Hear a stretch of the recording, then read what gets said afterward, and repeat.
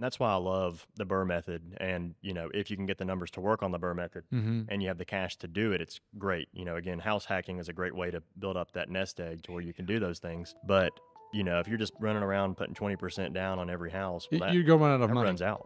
That Yeah. runs out.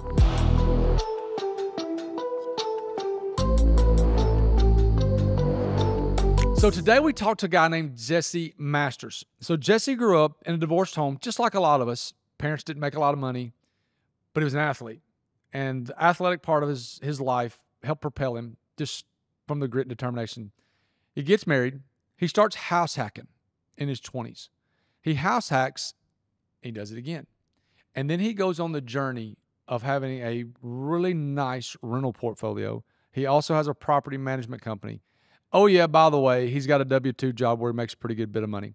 But what I think Jesse did at the young age of 30 is he has shown extreme patience.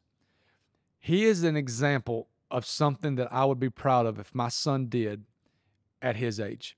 He's done it well. He's done it honestly, and it's really pretty remarkable of the things he's done, especially not having a background, not having parents that taught him all this stuff as he was growing up. You're going to absolutely love this episode with Jesse Masters. Jesse, thanks for joining me today. So I'm going to tell a quick story about how I met Jesse, and this is a good lesson for people on how to meet people, because everybody talks about networking, and networking scares people because the networking thing is you go to an event in a room of a bunch of people you don't know, and you just go and shake hands. So here's how Jesse and I met. So a friend of mine sent me a link on a home. It was not a good home, but I get these links for houses. I go look at them just in case. So go to this house, and I met a guy there that I went to high school with. I hadn't seen in 15 years. And I'm like, hey, dude, what's up? And so we start talking. And then I go in this rickety old house that both of us ended up passing on. And this guy comes walking down. I'm like, hey, dude, what are you doing? He's like, I'm looking at the house too. And his wife's there, and he's in his scrubs because he's got a W-2. And we just start talking. And it was 7 minutes, and we just hit it off. And then here's what you do. Hey, dude, give me your card. Give me your info. That day, he emailed me super fast. We got connected. A month, 3 or 4 weeks later, we had breakfast and we sat down and drank coffee. And there's no doubt in my mind, at some point we'll do deals together. So, Jesse, that's a long introduction. But Jesse, I'm happy that you're here. You've got a great story, and I'm looking forward to hearing more about it. Yeah, man. Thanks for having me. Just right, we're going to start off. Tell me about what you do. Give me the brief version of like where you are now, what you're doing, and then we'll get into the backstory. So mainly right now, so you mentioned the W-2. So I work for Johnson & Johnson in medical device in the orthopedics division. So I do sports medicine with them. My wife and I, so we have a rehab and maintenance company. We do a lot of stuff for property managers here in Birmingham. So we got a couple handyman guys that we sub out. Our crews that we use for our rentals and our flips, we sub them out as well. And then we sub out, HVAC, plumbing, electrical. So we kind of have that side, W-2, and then my wife and I have a rental portfolio, just small, 6-house rental portfolio that we manage. Great. So you got a W-2 job. Your wife's got a job. You're doing really well in real estate. You're only 30.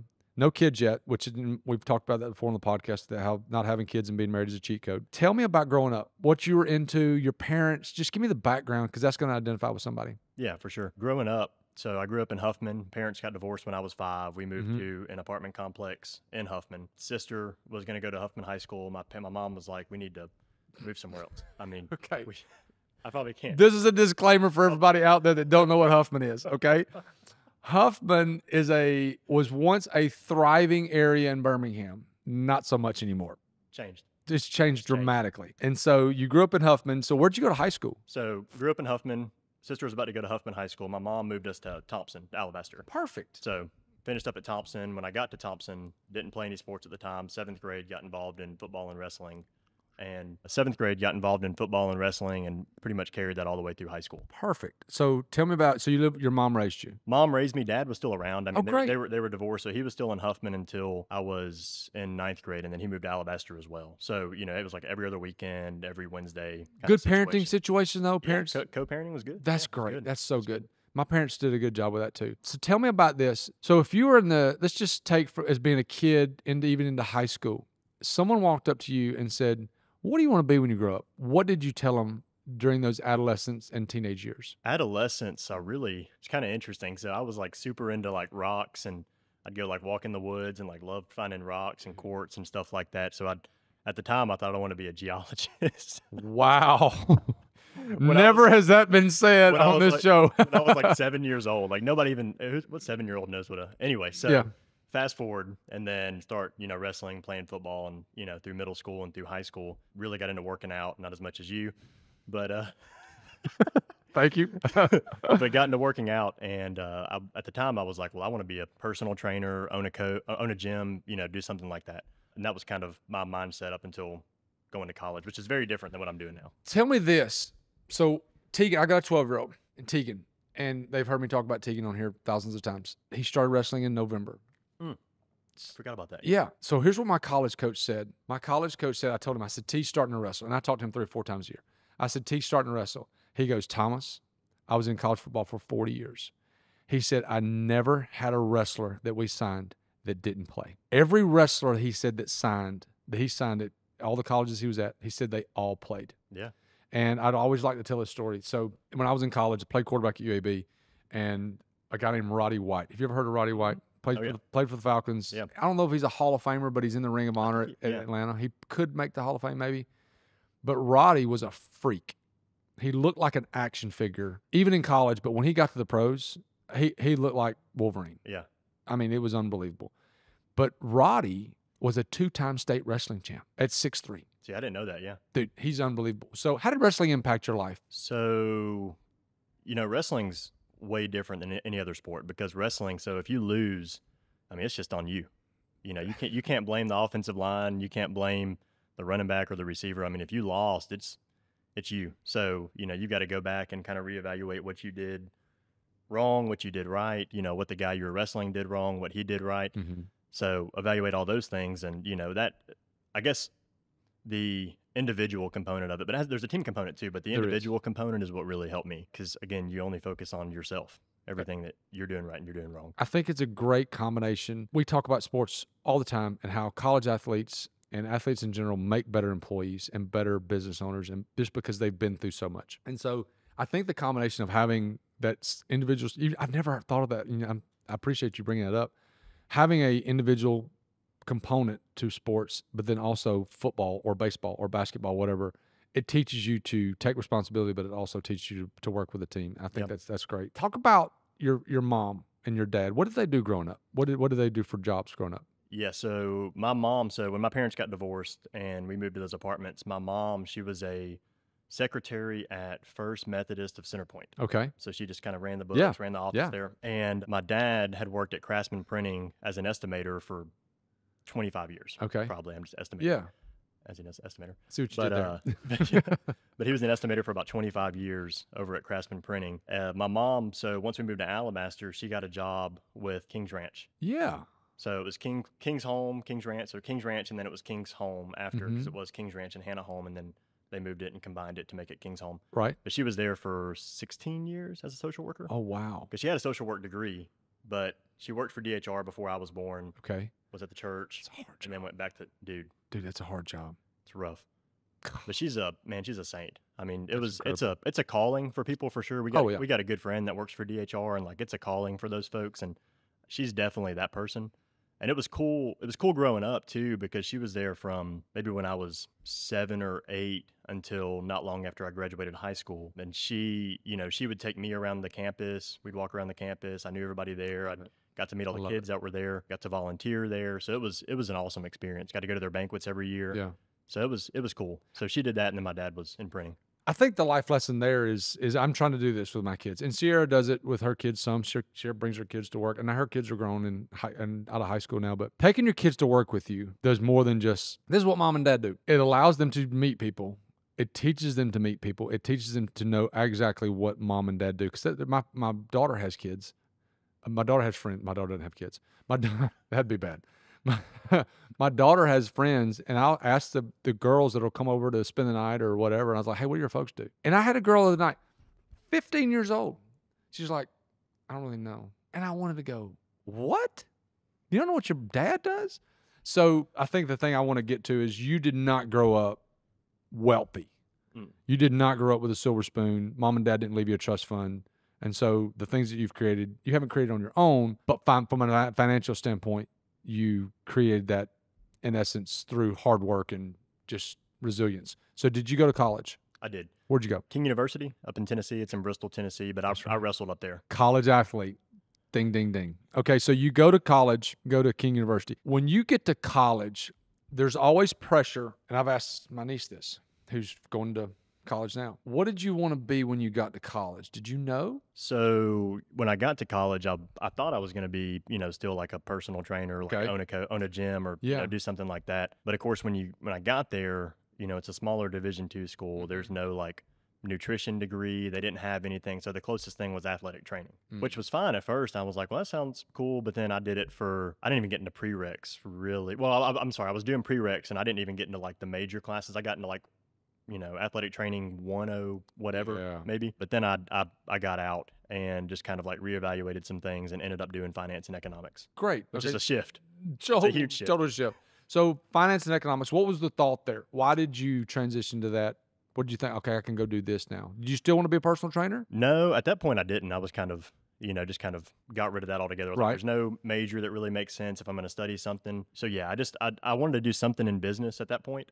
Good. Because, owning a gym is still kind of business. That was still kind of interesting to me. So landed in business and I wanted to specialize somewhere in business and just kind of landed on finance and econ and had a good development, honestly, through there because, again, like you mentioned, didn't really grow up with like, financial means to do things and financial coaching and like education from my parents. Sure, me neither. Yeah. That's tough. And it's a lot, you learn things you want to do and that you don't want to do from your parents, both. And so, kind of went to other parents, learned from them. Like I was closer to some of my friends' parents in high school than I was with them because I'd get advice from them and learning from them. Anyway, so back to college. So once I got into finance and econ, dude, I like kind of ran with it and like got involved in SGA. I was asked to be the treasurer in SGA. So I was kind of on the accounting side there. And then I started a finance club because I was like driving back to Bristol one day and I was like, we don't have a finance club. We should have some kind of finance club. And so just kind of like on the way back to Bristol, I was like, let's start a. So I made a finance club there, and it ended up being more of like a personal finance club. Like we'd have some financial planners come speak, some CPAs come speak. We had a real estate developer, real estate agent come speak. And you got all that going? Yeah, just dude, that's a boss move. Reaching out to folks, and perfect. So after college, finance degree, starting a finance group is phenomenal. I think that's just a boss move. What was your first job after college? So I coached wrestling. I didn't know what I was going to do. Sure. I thought I was going to do the financial planning route. And I interned with Northwestern Mutual. I had an interview with Merrill Lynch up in Charlotte and was offered the internship my senior year, turned that down to come back to Birmingham with Northwestern Mutual and do stuff with them because my girlfriend at the time was in Birmingham, wanted to spend time with her. So didn't think after the Northwestern Mutual thing that I wanted to do financial planning. It just didn't align with, didn't really enjoy it. So wasn't sure what I was going to do. And the wrestling coach at Huntingdon reached out. Yep. So I went down there for a year and I was the assistant coach from 2016 through halfway through 17. Okay. So what'd you do after that? So when I was at Huntingdon, two guys in Birmingham that I knew through the wrestling community. So again, sports always come back around. Telling you, it's priceless. Yeah. The communities, like when you get in a sport like that, especially wrestling, like it's tight. It's a fraternity on steroids. It is. It because really is. Here's the thing, and I think fraternities are fine. I'm not against fraternities. Fraternities like paying for friends. I know I'm going to get backlash over that. And you can leave it in there. But it is. But with the sports, the coaches and the players, it is a bond. Coaches, players, and in the locker room stuff, it is a bond like no other. And the fraternity / group of friends that you make there, you can't replace it. Oh, yeah. And there's a big difference in drinking beer with people and sweating and bleeding with people. Oh, yeah. So it's paying for friends over paying for friends? So, no, look, he's on it today, folks. We are 16 minutes into this thing as he is crushing these euphemisms. I love it. Okay, so you go to coach, then you come back up here and you want to spend some time in Birmingham, meet these financial people. Then how did it transition from there? Yeah, so there were two parents that were in Birmingham, and they randomly reached out to me. And it's one of those, like, kind of like, I attribute, like, meeting you, some other things to, like, God things that happen. Yeah, sure. Which, he's always, but just things that you're like, that's interesting. Yeah. So, but anyways, got a call from these two guys that were in Birmingham. And again, they were parents of kids that I knew. And they had a real estate wholesale company in Birmingham. So they were growing. They were like, hey, we need someone to take on acquisitions. And come up, meet us, have coffee, went to Cracker Barrel. And they were like, let's see if it'll work out. And so I came up, met with them, and they pitched me on kind of what the model would look like. And it wasn't 2 months later, I was up in Birmingham working for them. So how long did you do wholesaling? So that was halfway through, I guess it was like October 2017 through October 2019. So Yeah, 2 years. 2 years. What did you do day to day in this wholesaling business? So they already had the infrastructure set up. They had a CRM, Podio. Yeah. They had, Still which use I it, use yeah. Podio now for Yeah. my Exactly. rehab business. Yeah. So they had Podio kind of built out the CRM, and they had an office manager, and they kind of had their infrastructure already for marketing, sending out mailers, doing things like that Right. to bring in leads. Mm-hmm. So the model that we had when I came on board was we had company generated leads and we had self-generated leads, self being me. So day to day, it was, we had an office manager that was answering the calls. She was, if she thought it was a deal, she's putting it in Podio, she'll tag me on there, she'll call me and be like, hey, call this person now. So, or if she thought it was really a deal, she'd go on and put it on my calendar. So she would take in all the calls, put everything on my calendar, and just kind of load the calendar up for the week. And I'd go meet with everybody. And I was in acquisition. So it's, meeting with the homeowners and negotiating the sale of the house. So that was getting the house under contract. That was inbound stuff, meaning it's coming to y'all. Did you Correct. go out and seek stuff? Did you seek finding these houses on your own? Yeah. So we, I wasn't, of course, they were doing all the mailers and things like that. Anything I brought in was like word of mouth, posting on Facebook. I had a big, we buy houses thing on the back of my car with my phone number. All that stuff was kind of ways that I would bring deals in. But I mean, we did a significant, they're still in business, but Wow. We did 55 to 65 wholesale deals a year. Average deal was 25 grand. That's pretty darn good. Eric Schaefer, I need to introduce you to Eric Schaefer. Eric was on our podcast not long ago. He's killing. He's a different level of wholesaling. Does a lot of pay per click. He's 24 and Wow. he's killing it. He's so smart, so bright, and I needed to get you guys in the same room. Yeah, I'd love he's to meet great. So you're doing the wholesaling thing. Where did you transition from there? The guys I worked for were great. We didn't see eye to eye on some things, and Mhm. just so October 2019, we kind of parted ways. I went off, and at the time, I didn't know what I was going to do. Yeah. Like, had no idea. But about 4 months prior, I met a guy in a small group that was in medical device. And I was like, he does okay. His schedule's okay. Could probably do that and do REI. Okay. And so that was kind of, wheels started turning. And so in October, kind of split ways. And I was just like mountain biking a bunch for a couple months. And I met a guy at the gym, actually. So his wife taught my wife in high school. So kind of had that connection. Yeah. And I met him at the gym. The husband met him at the gym, and he was an executive at Steris. Okay. Yeah. Town. So, well, actually, it was IMS before Steris bought him. So he introduced me to a guy with Johnson & Johnson who I work for now. Yeah. And he said, hey, you should meet this guy. So I met him, got a beer, and again, just kind of a God thing. Yeah. He was like, my associate rep's leaving in January, and this is January of 2020. And he was like, if you want to come on board, like come shadow and just see if you like it. And so for about 2 months, I wasn't even, probably shouldn't have been in the OR, but I was like in scrubs, not employed by anybody. And I'm just like shadowing, Dude, that's awesome. hanging out with him. But I was like, as much as I come around, they can't not hire me. Like they're going Sure. to have to hire me if I'm just in the OR. Yeah. So everyone already knew me before I got hired. I'd been in there for 2 months. And so January 2020, I got hired on. 3 months before COVID. Congratulations. So it was an interesting year. I was going to Med say this is my device. first year. So you go into med device. What was your starting salary? Meaning you got guaranteed this money when you start out in medical device. The model, so I work again for Johnson & Johnson. When I first started, they had, not to get like in the weeds, but Yeah. they had a third-party company called IQVIA, Okay. and they would like sub out. So basically, it's a quicker way because J&J's a slow-moving giant. Huge. Takes forever. So onboarding for them is like 3 months. Okay. But if they hire you through IQVIA, it's like a week and a half, two-week process. Perfect. But you're getting like 60 grand, Okay. 55, 60 grand. And, you're driving your vehicle, you get gas reimbursed. It was still a great deal. I was like, let's go. Yeah. And so I did that for a year and a half. And then I got hired directly with J&J as an associate. And as an associate, the salary was 75. Okay. Plus a little bit of a bonus. So you The company car and all that stuff. working with IQVIA though, all these med device jobs are salary and then commission, correct? So as a rep, which I'm a rep now. Yeah. But So- you weren't a rep then. No, I was just an associate. So associate reps you don't have any, you support the territory, but you don't have like a sales you're not responsible for the number, like the sales number and the growth and You're a helper. quota. You're just you're helping. So You're you're covering cases. If you want to sell, they're like, yes, please sell. But there's no expectation for you to go out and like call on docs and grow the business. So you're associate for a little bit, then you become an actual rep. Yep. At that point, where did the income trend to? The salary component pretty much stayed the same as what it is for an associate. But then we have, variable comps that, if you hit quota, you get certain bonuses, things like that. So a lot of that, will fluctuate based on, your attainment to quota. If you hit quota, if you blew quota out. So a lot of that will fluctuate. The salary component stays the same, still have the company car, all those things. But the commission is what will push you up. Is what can get you. Yeah. Okay, so you got a pretty good job. What did your wife do at the time? Since COVID year 2, she got hired at UAB. I think it was April of 2020.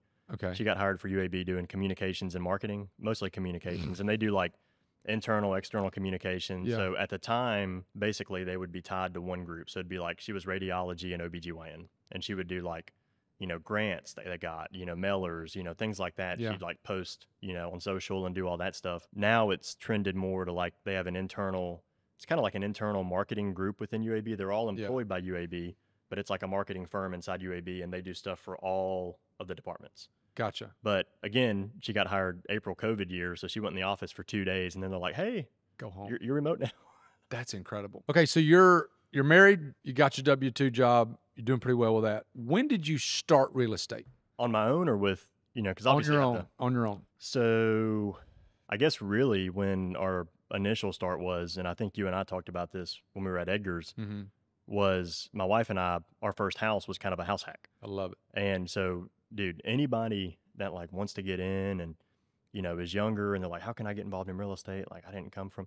I'm like, dude, buy a house, fix that thing up, and sell it in 2 years. Yeah, like and we kind of knew what we were doing, but it was almost on accident at the same time. The house that we bought, our first one, it was in Pinson for $103,000. Yeah. And then 2 years later, like literally on the dot to avoid capital gains, we sold it for $178, and we were like, well, that's pretty sweet. Okay. Let's do it again. And what'd you do with the money? What'd you do with it? Let's just call it a $50,000 gain. What'd you do with the $50K? Pretty much threw that in the bank. I mean, all that just went in the bank. And again, I was like, well, that worked. Let's do it again. So then we moved to Trustful, bought a house for $220, and then 2 years later on the dot, sold that for $355. And then we were like, well, that's awesome. So you house hacked 2 houses and made a pretty good bit of money house hacking. What'd you do with the excess money after you got done house hacking? So we moved again after that second house, and we're in a house now that we're actually moving again in a week. So nice. We close on the 3rd. Yeah. And this will be a longer term house, or my wife might stay with the next house. Yeah, sure. Like, there you go. I'm done moving back. But so anyway, we bought, put a down payment on the house we're in now. And the whole plan with this one was to add it to our rental portfolio, which we're doing. We have tenants that move in the 18th of July. So the rest of it, had read again. So my background was all wholesale, and the owners of the company, they had their rentals and stuff. They really didn't share a ton about kind of how they would pick them up and acquire them. So a lot of acquiring the rentals outside of just like, acquisitions and wholesale and stuff, I learned from reading, Bigger Pockets, the Burr method. Yeah. So the first one we bought, our first rental was in Huffman, and was a Burr method situation. Bought it for $85. I put 30 in it, and so I was in it for $115. And at the time, rates were a little better. So let me think. So it appraised for $225. Okay. And on the Burr method, you can pull out 80% loan to value. But I wanted to cash flow a little more, so I pulled out $145. So I was only in it for $115. So I pulled out $145. So I got $30,000 tax free on top of what I already had in it, and it cash flows $530 a month. And that was our first one, and we were like, boom. So that was the first one. So that's a great story. So tell me about the second one. What did you do with the second one was a friend of my wife's from high school, and she called and said, hey, my parents are wanting to move, and they're in Trustful, and the house needs a lot of work. And I'm like, let's go look at it. So we went and looked at it, and this was also 2 years ago, and they wanted $234 and offered them $200, and they took it. That one we actually financed. So I was going to ask that question. Yep. So how much did you bought a house for $200,000 that needed a lot of work? How much did you put down? So we put down 40, so 20%. 20%, perfect. And then we put another maybe 30 in it. Okay. So, which doing that in and of itself that'll slow you down. And that's why I love the Burr method. And, if you can get the numbers to work on the Burr method and you have the cash to do it, it's great. Again, house hacking is a great way to build up that nest egg to where you can do those things. But, if you're just running around putting 20% down on every house, well, you go run out of that money. runs out. It runs out. But it's kind of on the other end of it, right? So I've got a bunch of equity in this house. I mean, I owe now like 156 on this house. I've got tenants paying the principal down. Yep. It cash flows $860 a month. That one does. The cash flows $860? Because our note's so low and it's in trustful, so it rents for 20. No, that one's 1975. It's rent. But the notes, so you owe 156. You got 860 cash flow, which is great. How much is it worth? 315. That's wonderful. So, and then we saw that side of it. We're like, okay, well, the Burr method's great, but then doing it this way, you get a bunch of equity in the house. So our next one. So let me go back. So let me explain this. So the Burr method is where you buy it, you fix it, you get it reappraised, and you pull money out of the reappraisal up to 80%. And so you can get a big chunk. But when you do that, you owe a lot more on the house. And so you're not going to cash flow. You decided to keep the large amount of equity, have a larger cash flow every month, and then go do that again. Just go do that process again. Yeah. So, and we've got some where we've done both. So I've got 3 of mine. I put 20% down. Okay. All the rest of them were Burr. So my most recent one is in trustful. We bought it for 160. I put 15 in it. So I'm in it for 165 or 175. It appraised for 263, and then I did a cash out refi of 150. So like on that one, I left some money in the deal. Sure. I left 25 grand in the deal, but running ROI, cash on cash return, it just made sense. I mean, the returns were there because it cash flows $540 a month. So I'm like, I'll leave 25 grand in that for sure. And it's a great house. I've got equity and I've got 110 equity in it. So we've got another one in Clay that we did the same thing, did the Burr method on. That one was a home run because I bought it 76. 50 of it was, I don't want to get in the weeds. No, it's fine. I love it. 1031 exchange money from a flip. Yeah, great. So sold a flip, had 1031 exchange money, put 50 down on that, brought 26 to closing. So bought it with basically 26 grand. 26 grand. Plus the 50. And then I put another about 30 in that one. So I was in it for 106. And then the appraisal on that one was 210. Dang. I only pulled out 130. So I made 24 grand, pulled out my 50 grand from the 1031 exchange tax free. We're only 30 minutes into this thing. This is like a lesson for every 20-year-old out there.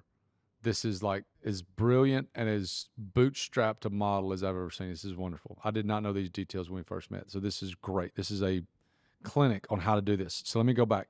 You have Burr method. You have 6 rentals, single family homes. You've Burr method 3, and you put 20% down on 3. Correct. Okay. So are all 6 of them cash flowing? Yes. So right now, I think the net for all 6 is like $3,900. So you're cash flowing $3,900. So let me go back and tell everybody if they don't know what cash flowing is. So cash flowing is this. Cash flowing is not the top line of the big amount of money. Cash flowing is this. So say he's got 6 rentals, and say all of his expenses for those 6 rentals is $7,000. I'm just using a random number. Your cash flow, how much did you say? $3,900. $3,900. Total all expenses are $7,000. He's cash flowing $3,900. So that means you're bringing in $10,900 just for that number. So he takes his top line revenue, whatever that top line is, and he takes his expenses out. Mortgage and everything else. Mortgage, taxes, whatever. And the money in between, the money that's left over in the month, that's his cash flow. Yeah. So I love asking this question. So you have $3,900 a month in cash flow.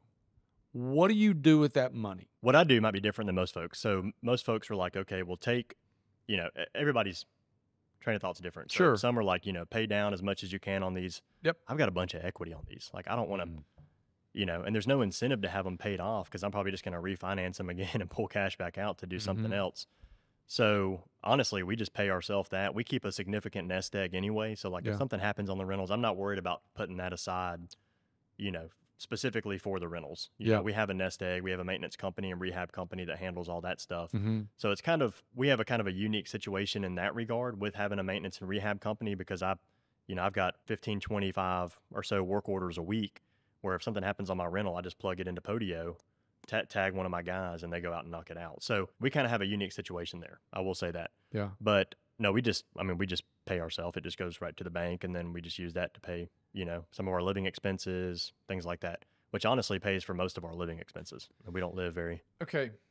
So this is another question I think is a good question for people out there. What percentage of your W-2 income do you set aside every month for real estate? That's tough because we have, and you and I talked about this. I know Mhm. your thought on, 401ks and stuff like that. I Yeah. do. It's, if you extrapolate all that stuff. So like I do 20% in my 401k, which I know is a lot. Yeah. My wife does 10% in hers. Okay. They're How about much of a match do you get? 6, which I know we talked about this. Yeah. We'll talk about this later. You'll 20%. train me. You'll train Yeah, me. I'll train you up later. 20%, you get a 6% match. so So let me say this. I am not a fan of retirement accounts, but you need to maximize retirement accounts to whatever the match percentage is. Free money on the It's table. free money. It is instantly free money. So you're getting 20% to your 401k. She's doing 10%. What else? Because so- I know there's so- more. I know there's more left. What Yeah, are you doing no, with that? for sure. So I was just going to take that Yeah. out. So with everything else, so with the net from our 401ks, the net from what I pay myself in my business, our rental income, and then I do some 1099 stuff too. We probably, I'd say 65 or 70% of that we just throw in which you probably have an opinion on this too. I don't know, but throw in a money market at South Point. It's 5.25%, It's fine. and so I just Put it I there. just throw money in there every month, Okay, that's good. and that's all used for real estate deals. And that's the thing. As long as it's got a home, it's fine. I have people ask me this question all the time. I got this extra money. What do I do with it? If you don't have a home for it, a money market for 5% down for 5% is totally fine. Now that money market is going to change when rates change, but yeah. you know that and you're fully aware of that. Do you invest in anything besides real estate? No, just the money market now, honestly. So, I mean, again, it's one of those, with everything we have going, and it's an excuse, but with everything we have going on, like I haven't done personally a great job of like finding other opportunities. I'm like, okay, we'll do real estate. I know it works. Everything else, money market. You're 5.25%. Yeah. So It's safe. It's safe. And I think that, like you said, you're busy. You got stuff going on. You got 3 jobs. I mean, you got your W-2, you got your real estate investment, and then you also got this management company. Then your wife's got a job. So like y'all got stuff going on. So I think that's fine for now. I think the goal, and I'm giving unasked advice, I think the goal is where can we park that money so that it can make a little bit more money? for sure. And that's obviously the goal. So you are a wonderful example. I would love to let you teach my kid and send my kid to you for a month just so you can teach it, because I didn't do this stuff. Yeah. Now, could I have done it? Should I have done it? Yeah, but I didn't make what you made. That's a huge thing too. You got a pretty good W-2 job, but like the house hacking part, it's brilliant. That's one of the things I want to get them into. How do you get started in real estate in your 20s? House hacking. I mean, that's it. I mean, especially, and you and I talked about it again. I hate to keep Yeah, referencing no, it's good. our lunch, but we talked about it. If you don't have some trust fund or a rich uncle or somebody to fund some things for you, our first house, I told you we bought it for $103,000. We put 3% down. So it was a little over, it was like $6 grand, three $3 grand and Yeah. $100 or whatever. Yeah. So at the time, that was like all we had. I mean, that, and we paid for our wedding ourselves, Yeah. basically in full ourselves. Yeah. Those two things, like we had no cash. So to be able to do that and then figure out the house hacking method, but no, I mean, I don't want to go down the weeds, but Yeah. house hacking is 100% the way to do it. I mean, if you don't come from anything in your 20s, or even if you do, the way to really stack up some cash is house hacking. That's perfect. What would you do differently if you were 22 or 23 years old again? Probably would have saved more sooner. And I say sooner, I'm only 30, but even like the 401k stuff, I didn't start contributing to that until I was 28. Yeah. And the whole time I had a 401k, and the whole time I had a match. So, well, some of those years I was doing the wholesale stuff, but the rest of it, I had a 401k I could have contributed to. I could have saved more money. There were some things that I was frivolous with, leading up to Sure. now, but everything all worked out, honestly, thankfully, due to house hacking. I mean, that's where the bulk of our nest egg has come from, So that's where it clicked. for sure. When you got the house, you paid $3,000 for your first house. You put a down payment of $3,000 for your first house. 2 years later, you sold it, and you made, let's just call it 50 grand. I think that's the number we said. And you're like, oh, is that when it clicked? Oh yeah. Well, that's what I was. Yeah, I mean, Man. we did that, and we were like, well, that worked. Let's do that again. How do you and your wife work together in real estate? At first, it was tough. It's one of those things you're like, I don't want to be in business with my wife. Like, I don't want to have like business meetings with my wife. I don't.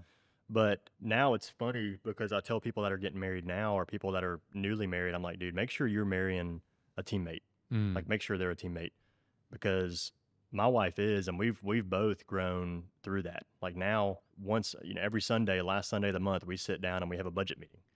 We go over last month's budget and we look at next month's budget. We look at last month's goals. We look at, this coming up month's goals. And we sit down and look at everything and plan everything out, plan our long-term goals or short-term goals together on the real estate side. So she manages all the rentals. So we manage in-house. So she does all that. We use Turbo Tenant, which is a third party that we use to, for all the messaging, payments, things like that, which helps. But she does all the leases. She does everything. So basically I'm acquisitions, I'm development on the rehab side, and then I hand it off to her and she's got it. What a wonderful relationship. What is your real estate goal this year? Goal this year would be 8 rentals this year or 5,000 net on rental income. So whichever one. Either one of those is great. That's a good answer. How are you going to reach that goal? We recently, so again, just kind of it's an excuse, but been busy lately. But we started in the past month and a half ago after we had lunch with a couple agents, real estate agents, and they were like, look, y'all need to brand yourself. You're local, you're buying houses for cash, you do it yourself or not, or, but brand yourself as like a couple local team that buys houses, and people would love it. So my wife went and made these, flyers that she branded, put pictures on there, wording and everything. And she posted, I don't know, 3 or 4 times a week on all the different, what's happening in pages, like what's happening in Trussville, what's happening in Mountain Brook. So she posts them multiple times a week. And we've had 8 or 10 leads just from that. So one, I'm taking under contract, hopefully this week or next. One's a flipping Moody we're closing on the 8th. So just from posting on Facebook. So anyway, all that to say, doing some more active marketing, some of those things, because it's tough having a W-2 and doing all this other stuff to really dial in and hone in on your goals with real estate, because you can't forget about that. Yeah. And focus on those things and make sure you're growing that as well. Yeah. So anyway, all that to say, really marketing, doing some networking, things like that, doing more creative things to find leads. The name of the game of what you're saying is patience, is not like getting overzealous. And the thing I'm proud of you for is not quitting your job. I think that's where a lot of people go wrong, is they go all out and they're just and then what happens is there's a dip where they struggle. And I love the fact that you're being patient. You have a good salary. Both of you have pretty decent incomes, but you're doing it also.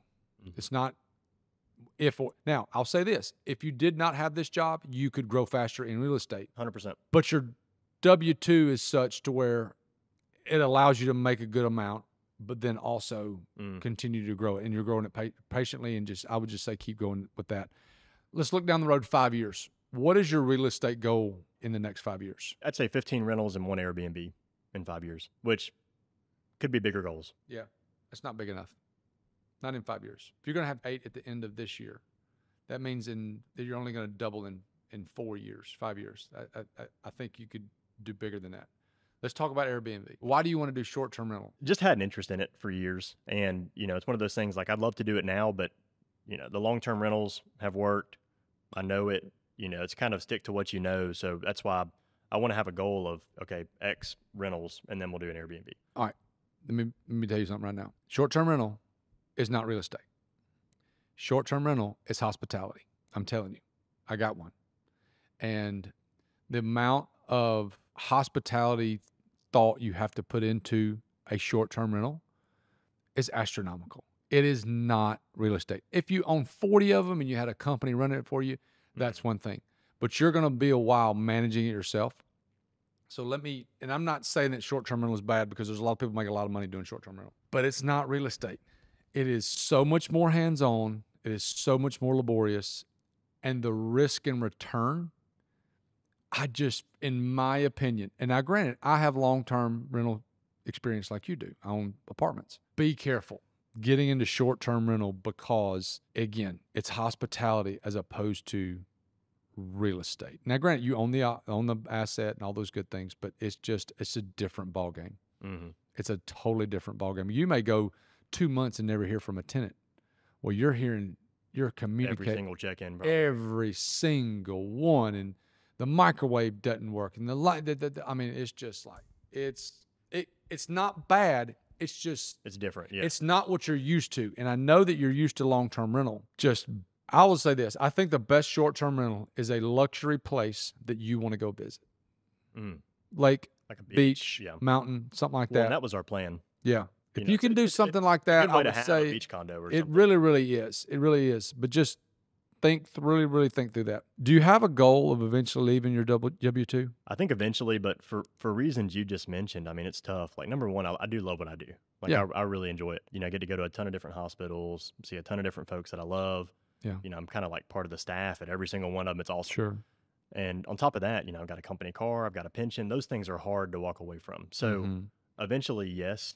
And it's more of a freedom thing Sure. than anything else. You mentioned we don't have kids yet. And, you know, kids are in the plan, hopefully within the next year. Yeah. And once those come along, you know, kids come along and, you know, life starts changing. Like I'd love to have more freedom to, you know, spend time with Shauna and spend time with the kids and, Yeah. you know, do some of those things. So priorities may change, will change Yeah. when that happens. Sure. And the goals with that will too, with quitting a W-2. But for the time being, like, no, I love what I do. That's great. Hard question. You ready? If you lost everything today, what would you go and do? Probably wholesale to get started again. Really? I love it. Why? If you really hustle and grind, I mean, you can find some deals, you know, whether Mhm. you're driving around, they call it, you know, driving for dollars, Yeah. driving around, you know, looking at vacant houses, writing down addresses, going and skip tracing those on white pages, mailing them stuff, looking on tax records, you know, doing all those things, you can find some deals and you can make $100,000 a year easy, you know, doing wholesale deals. I say easy, it's a lot of work, but it's not uncommon for someone to go wholesale and make $100,000. So I'd probably wholesale to build up some capital again. And depending on how I lost everything, if I was bankrupt or Sure. what happened, I'd start house hacking again. Wholesaling and house hacking. Great advice. Let's talk about kids. So, want to have kids. Yep. Anything specifically that your parents did that you will make sure that you do when raising your kids? Yeah, there's a lot. I mean, my dad was great in my sports, you know, and his dad either didn't show up to sports or was like super hard on him when he showed up. And he was awesome. Like he was super supportive. If Yeah. I lost, he was super supportive, drove me everywhere. I mean, some of those things and just being involved in sports and not, you know, like beating up your kid, you know, beating up your son if he lost a match or, Yeah. you know, if he didn't do something on the football field, you know, just being supportive throughout in sports is definitely, that's a big one, I Yeah. think. Because you see a lot of kids, like, I mean, just going back to sports, I'm sure you see a lot of kids get burned out because their parents, you know, what their dad does. Right. Oh, I saw it in college. I see it these days too. So, talk to me about this. We talked about this briefly once before. What are your thoughts on the infinite banking concept in there? And like, because you've had a little bit of exposure to that. What are your thoughts about infinite banking? Yeah, so I was going to ask you about that. I remember, again, when we had lunch, you brought that up and Mhm. we had talked about it. And it's funny because that was about a month ago. And since we talked about it, I've had two other people mention it. So, you know, you introduced me to TJ. Mm-hmm. Well, I talked to TJ on the phone. We've talked twice now. Good. And the first time we talked, I was just kind of telling him some stuff. And he's like, dude, you need to get into infinite banking. Yeah. And I had read about it for a couple years, you know, just kind of on and Yeah. off. And one of the owners of that wholesale company had just started reading about it back in 2017, 2018. Yeah. So I'd honestly love to know your opinion on it because I have a limited knowledge of it, Mm-hmm. you know, and from what we talked about, it doesn't sound like it'd be a ton different than kind of what I'm using my money market for. I think you're a card carrying poster child for IBC. I really, really do. I think that you could use it in place of going and using the bank. And banks make tons of money. People don't realize that. Banks are some of the largest businesses in the world because banks will take in money, pay you, let's just call it 1% on that money. Mm-hmm. And then what they'll do is they'll loan that same money. They'll take your money and they'll loan that money back out at 8 or 9%. Mm-hmm. And that's a 9x return just there. It's crazy. And so if you can be your bank through infinite banking, it's a no-brainer. It really, really is a no-brainer. And so I think what would be a good thing is me and you go sit down with Justin Kraft Yeah, and just that'd be awesome. learn, just ask the questions, learn more about it because of where you're at financially. I think it's a no-brainer. And I think the other thing it does for me is it's allowing me to set my kids up for massive success down the road. Not in a way of a silver spoon, but in a way of it's going to give me a platform in a way to teach them. And also, my goal with this infinite banking stuff is as I get older and my kids get older and I have grandkids, is I don't want to have to use a traditional brick and mortar bank. Mm-hmm. I want to build a system to where if Tegan wants to go buy a car, he can borrow the money from our bank, meaning our IBC accounts. Yeah, that's huge. And if I can do that, that will be a win. So that's part of one of our financial goals, is to be an all-inclusive bank for our family through those IBC policies. Yeah, no, that's awesome, dude. And since you mentioned that, like we talked about your income fund too. Mm-hmm. And at the time, it was really me talking about everything, and you just we kind of wanted to meet each other. But I wanted to hear more about that too. I get questions all the time about, hey, I just got a raise. I'm making X number of dollars more. I just got a bonus. I got a $40,000 bonus. Hey, my granddad died and left me $100,000. Hey, so I get that question all the time, just because people understand that we invest and they know how we do things, and we're really clean with what we're doing. So the income fund is allowing people to take money, park it in our fund, and what we do is we take that money and we fund house flippers and people that already have an end buyer already in place. So in essence, this income fund is a bank for these people, because a lot of people in the real estate game, it's really, really difficult to get money from an actual bank. Number one, it takes so long. They want your blood type, and they want all kinds of things. It takes forever. And this is a huge blessing for these people, because what we're doing is we're giving them an opportunity to make a good return on their money. We take their money. We then loan that money out to these real estate investors, and the real estate investors pays us a return on that. You invest your money with us, and you can make up to 12% a year. 12% compounded is a lot of money, and it's a good return. Oh, yeah. And I was sitting there trying to think of, like, what are good methods so that people can take excess capital? And one of the things was, it's so funny you mentioned a money market account, is we've got people who will take money from their money market account and park it with us. So instead of making 5%, they're making 11%, or they're making 10%, or they're making 12%. And if they need it back, there's a hold time. You got to commit to a hold time. But if you've got $100,000 in a money market account, mm-hmm. and it's just an absolute emergency fund or something, or whatever, I wouldn't say, hey, give me let's just take all your money in your money market account. But if you've got $50,000, $100,000, $200,000 in there, let's take a portion of that, 75% of it, whatever, put it in here. Let's get you making 10, 12% a year. So it's like, instead of doing a 6 or 12-month CD for 5%. Yes. Yeah. It's double the return. And so it's been really, really good for a lot of people. It's been really good for us. And it's because real estate investors want to move quickly. Mm-hmm. And I totally get that. They want to move quickly, number one, because here's the thing. You know this as well as I do. When a deal comes across your desk, sometimes you have to act fast. Oh, yeah. And if the guys that I know, love, and trust. Now, here's the thing. We don't use just any random guy off the mark of the street that wants to, get in. These guys have been doing it for years. These guys have end buyers in place. They have crews. They understand. They're rinse and repeat guys. So they're very, very consistent. That's the only people that we loan money from. And here's the safety part about it, is if we loan the money, we're the first lien on all these positions. Mm-hmm. So let me explain that. So first lien is this. If a flipper comes to me and he says, I need $100,000 to buy it and I need $20,000 to rehab it, we'll give him $120,000. We give them $120,000. They'll pay us back in X number of months for that on the percentage agreed upon. But if something happens, we own the house because we're the bank. We are the bank for that. For closing on them. So if something happened, we have an asset that we can recoup the investment for. It's as safe of an income fund as you can get. And it's allowing people that do. Because there's the thing. You get some of these people that make $200,000 and $300,000 and $400,000 a year that have excess money that aren't spending their money frivolously. They can take $50,000, take $100,000 that they've built up over the last 2 or 3 years, put it in this fund, and they can make 10%. And here's the thing. We do quarterly distributions. So it's good for someone like you that doesn't have to have the money. You could let that compound quarterly. So if I can make that compound quarterly, that's a different ballgame than compounding yearly. Oh, yeah. But also for people that are in their 50s, 60s, and 70s that are towards that end of their earning cycle, if they have $150,000, $200,000 in a fund and they want to use it with us, and it can make 12% a year, and they can take that quarterly distribution to live off of, and their principal's not going down. So there's so many good things to this thing, and we're really awesome. growing. We're really, really growing. It's going a lot. It's growing a lot, and I'm really excited about it. Yeah, that's awesome, man. What about alternative investing? Any other ways that you're kind of involved in stuff? I know you're involved in a bunch of stuff, but just Yeah.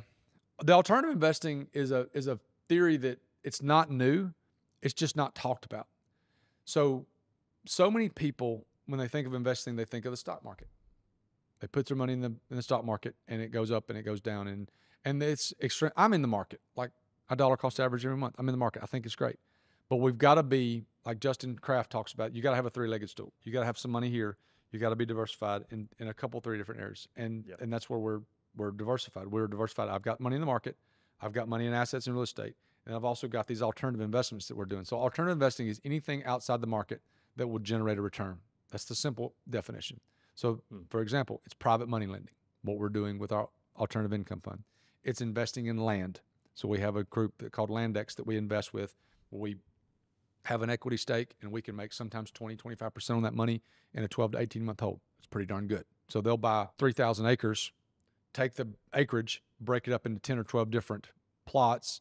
So you're selling 300-acre plots as opposed to buying a 3,000-acre plot. Well, I can't afford a 3,000-acre plot in Colorado, but I can probably afford a 300-acre plot. Yeah. And so there's a market for those smaller plots. And so that's been a couple of alternative ways that we've been investing. And Jesse, people just don't know about it because they think that alternative investing and investing in real estate is for super rich. No, you can get started with alternative investing for 50 grand. Now that sounds like a lot and that's a lot, but like it's not insurmountable. And so the alternative investing things that we've been doing have been really great, made a good return for us. And I've brought family members and I brought friends in that they're just like, dude, this is great. They don't know about it because they work a job. They got 3 kids. They're going and doing it, and they don't have time to think of and research that.